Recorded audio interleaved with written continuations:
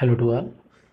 यह इवोल्यूशन का तीसरा वीडियो है। इसके पहले दो वीडियो मैं बना चुका हूं, जिसमें ऑर्गेनिक इवोल्यूशन के से संबंधित चीज़ों को मैं वहां पर एक्सप्लेन कर चुका हूं। तीसरे वीडियो में थ्योरी ऑफ इवोल्यूशन यानी कि इवोल्यूशन से संबंधित जितनी भी परिकल्पनाएं या थ्योरी सिद्धांत हैं उनके बारे में यहाँ पर मैं एक्सप्लेन करूँगा। इस थ्योरी में, इवोल्यूशन की इस थ्योरी में अलग अलग साइंटिस्टों ने कैसे इवोल्यूशन हुआ, विकास हुआ, उसके बारे में अपने सिद्धांत और राय दिए। उसमें उनकी आलोचनाएं भी हुई। तो इसी के क्रम में सबसे पहले हम लोग यह जानने का प्रयास करेंगे, मैं आपको ये एक्सप्लेन करूँगा कि what is the meaning of evolution, विकास क्या है। देखिए, मैंने फिर कह रहा हूँ, मेरे इस चैनल का उद्देश्य है कि आपको एक एक चीज़ क्लियर हो जाए, किसी भी प्रकार का कोई कन्फ्यूजन नहीं रहना चाहिए। यदि बेटा कॉन्सेप्ट क्लियर होगा तो आपको सारी चीज़ें ईजिली लर्न हो जाएंगी। तो विकास, विकास कैसे होता है, डेवलपमेंट। विकास के क्रम में कहीं ना कहीं परिवर्तन यानी वेरिएशन रिस्पॉन्सिबल है। ठीक, यानी जब वेरिएशन होंगे, चेंजेस होंगे, परिवर्तन होंगे, तभी तो विकास होगा।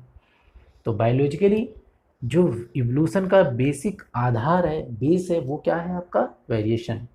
यहीं पर मैंने आपको ये बताया भी है, स्लाइड में आपको दिख रहा होगा।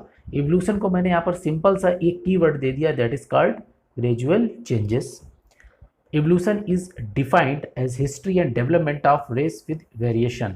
वह प्रक्रिया जिसमें किसी आबादी अर्थात पॉपुलेशन में एक विशिष्ट स्थान, याद रखिएगा स्पेसिफिक प्लेस, एवं लंबे समय में होने वाला परिवर्तन क्या कहलाता है? विकास कहलाता है, यानी इवोल्यूशन कहलाता है।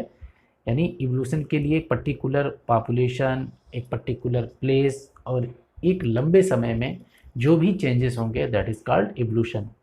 तो ये आपको क्लियर हो गया, इसमें तो किसी भी प्रकार का कोई कन्फ्यूजन नहीं होगा। इवोल्यूशन का मतलब परिवर्तन लंबे समय में, किसमें? एक पॉपुलेशन में। पॉपुलेशन कोई भी हो सकती है, ह्यूमन कम्युनिटी हो सकती है, कोई अलग स्पीसीज कैट की हो सकती है, रैट की हो सकती है, रेप्टाइल की हो सकती है, यानी कि जो भी कम्युनिटीज़ हैं उनमें अगर एक लंबे वर्ष में जो परिवर्तन हो रहा है तो उसी को हम लोग क्या बोल देते हैं? इवोल्यूशन। अब इस इवोल्यूशन से संबंधित जो अलग अलग साइंटिस्टों ने अपनी राय दी है, उसका अगली स्लाइड में है थ्योरी ऑफ इवोल्यूशन।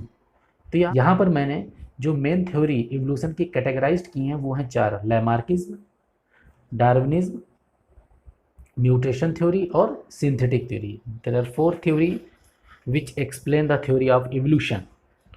और ये सारी थ्योरी बहुत इंपॉर्टेंट है और ये नीट में जो ग्रेजुएट स्टूडेंट हैं, बीएससी सेकेंड ईयर के या अदर स्टूडेंट, उनमें हेल्प करेगा। और इसमें जो भी की पॉइंट है मैंने उन्हीं को बताया जो कई बार पूछे गए हैं या आपको नोट्स बनाने में हेल्प करेंगे। तो इसमें सबसे पहले मैं बात करता हूँ लैमार्किज्म की, यानी कि लैमार्क। लैमार्क साइंटिस्ट हैं, उन्होंने सबसे पहले एवोल्यूशन के बारे में बताया और इनकी जो थ्योरी थी उस थ्योरी को बोलते थे theory of inheritance of acquired character.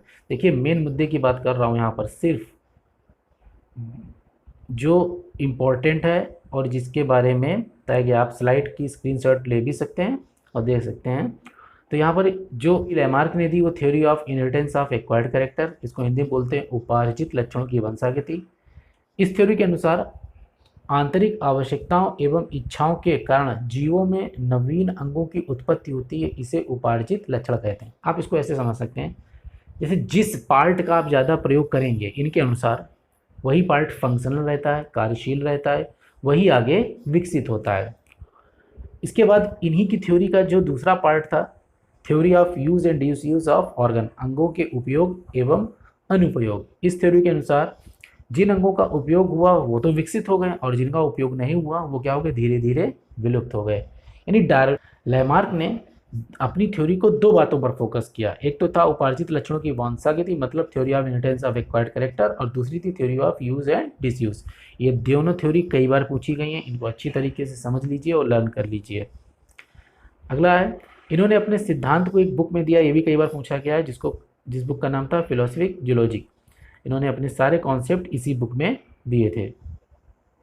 अब क्या था, जब इन्होंने अपने ये कॉन्सेप्ट दिया तो इस कॉन्सेप्ट के विरोध में, सीधी बात है, साइंटिस्ट जो भी होते हैं अपनी राय या अपना जो भी सिद्धांत खोजते हैं उसके फेवर में भी कुछ साइंटिस्ट बात करते हैं और डिसफेवर में भी बात करते हैं।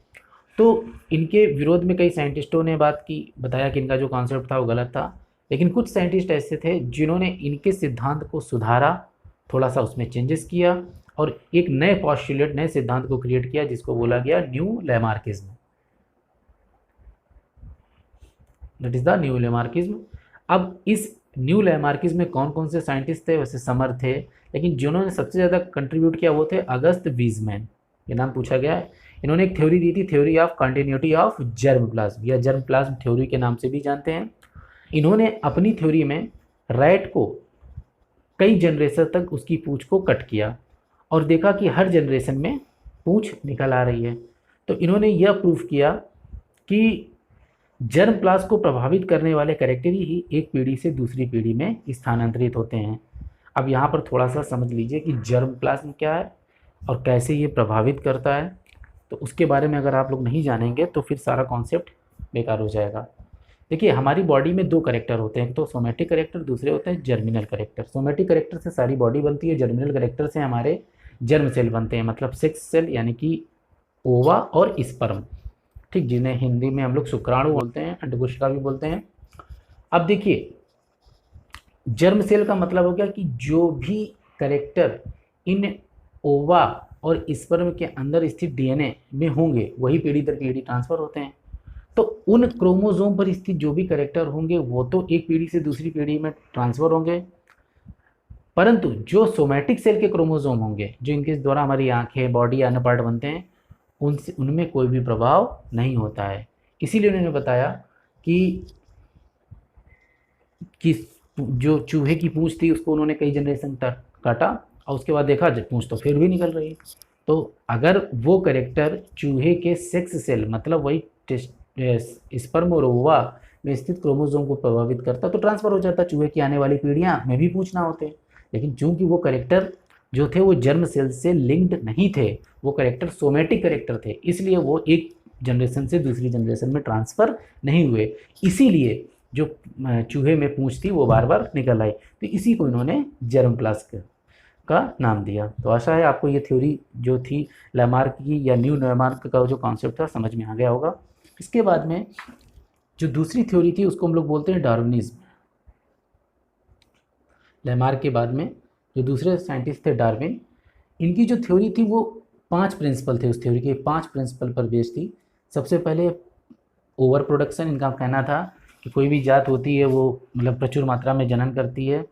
नंबर 2 पर इन्होंने कहा जीवन संघर्ष, स्ट्रगल फॉर एग्जिस्टेंस। कोई भी जीव जंतु होता है वो आपस में जब रहते हैं तो फूड के लिए संघर्ष करते हैं, लाइफ के लिए संघर्ष करते हैं, और वो संघर्ष करके जो जीत जाता है वही आगे विनर होता है, वही सरवाइव करता है, उसी की आगे स्पीसीज इस्टेब्लिश होती है, न्यू जनरेशन बनती है और आज तक सरवाइव करते चला रहता है। अगला है वेरिएशन ऑफ देयर इनहेरिटेंस, विभिन्नता और आनुवंशिकी, जो भी चेंजेस होंगे और उनकी आनुवंशिकता ही होती है वो आगे ट्रांसफ़र होते रहते हैं। फिर है सर्वाइवल ऑफ फिटेस्ट, योग्यतम की उत्तरजीविता, इसमें भी यही है कि जो योग्य होगा वही आगे सर्वाइव करेगा। And the last is the natural selection and species formation, जो नेचर जिसे सिलेक्ट करती है, इसे प्राकृतिक चयन और जाति का बनना कहते हैं, वही आगे न्यू स्पीसीज का फॉर्मेशन करती है। इनके ये 5 कॉन्सेप्ट थे जिस पर इन्होंने इनकी थ्योरी बेस्ड थी। डार्विन और वेलेस इन्होंने मिलकर एक थ्योरी दी थी जिसका नाम था theory of natural selection. Very important, कई बार पूछा जाता है। जैसे नेचुरल सिलेक्शन है तो मोस्टली सब लोग जानते हैं कि कौन है, डार्विन है, लेकिन इसमें वेलेस का भी कंट्रीब्यूशन था, तो दोनों लोग मिलकर theory of natural selection the.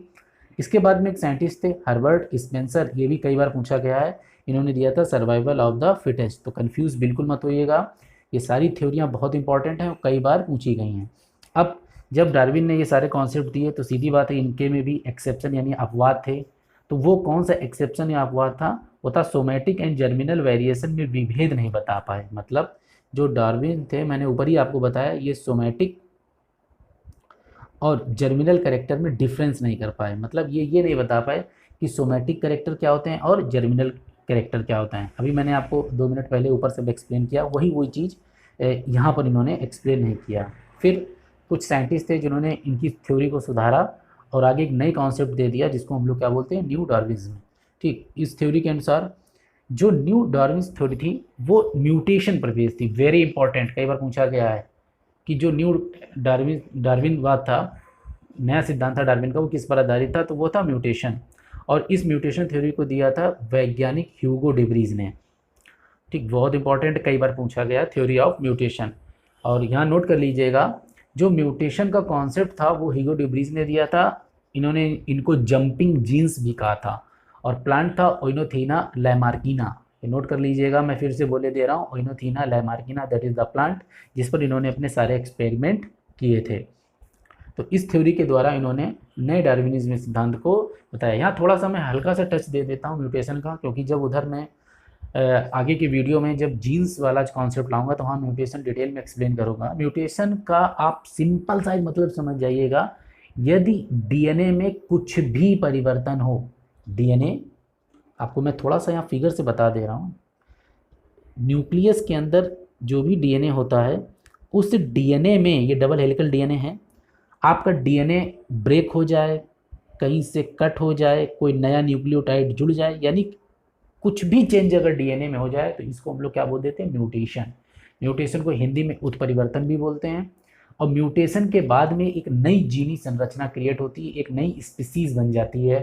Mutation mostly harmful होते हैं और रेयर, कुछ हद तक यूजफुल होते हैं। तो ये सारे एक्सपेरिमेंट इन्होंने किए थे और उसके द्वारा इन्होंने नए डार्विनिज्म के कॉन्सेप्ट को बताया था।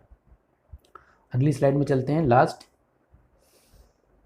यहाँ पर थोड़ा सा ध्यान दीजिएगा, जो ये ह्यूगो डेब्रीज का कॉन्सेप्ट है ये नंबर 3 पर है, मैंने यहाँ पर लिखा नहीं है तो इसको थोड़ा सा आप नोट कर लीजिएगा, कन्फ्यूज मत होइएगा, इसीलिए मैंने बता दिया है। जो ये हेडिंग पड़ी है ये हेडिंग नंबर 3 है, ठीक।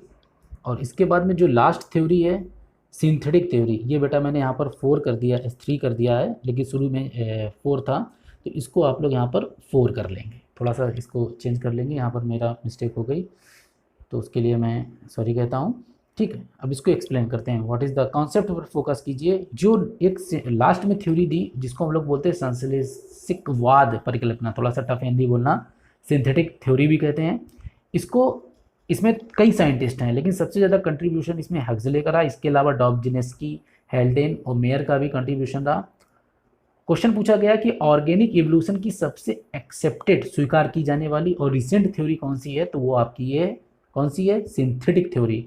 और सिंथेटिक थ्योरी किस पर बेस है, genetic change in population create the evolution. ये थ्योरी सिर्फ इस बात पर फोकस करती है कि यदि किसी भी जीव के जीन्स में चेंज हो जाए, जेनेटिक चेंजेस हो जाएं, तो वही जेनेटिक चेंजेस ही एक पीढ़ी से दूसरी पीढ़ी में ट्रांसफ़र होते रहते हैं, यानी विभिन्नताएं आती हैं, वेरिएशन आता है, वो ट्रांसफ़र होते हैं और एक नई स्पीसीज या न्यू स्पीसीज का फॉर्मेशन होता है, दैट इज कॉल्ड एवोल्यूशन, विकास। तो इस प्रकार मैंने आपको इस वीडियो में इवोल्यूशन के तीनों पार्ट आपको बता दिए। जो जो मेन चीज़ें थी उन पर ज़्यादा मैंने फोकस किया है। मेरे वीडियो को देखिएगा, समझने का प्रयास कीजिएगा, और अगर कोई भी सुधार हो तो ज़रूर बताइएगा। और इस चैनल को ज़्यादा से ज़्यादा सब्सक्राइब और लाइक कीजिएगा, जिससे मैं और मेहनत करके आपके लिए नए नए कॉन्सेप्ट लेके आऊँ और अपडेटेड वीडियो में बनाता हूँ, नए नए कॉन्सेप्ट लाने की कोशिश करता हूँ जो पूछे जाते हैं, सिग्निफिकेंट है, इंपॉर्टेंट है, फालतू की बात मैं नहीं करता हूँ यहाँ पर। तो थैंक यू।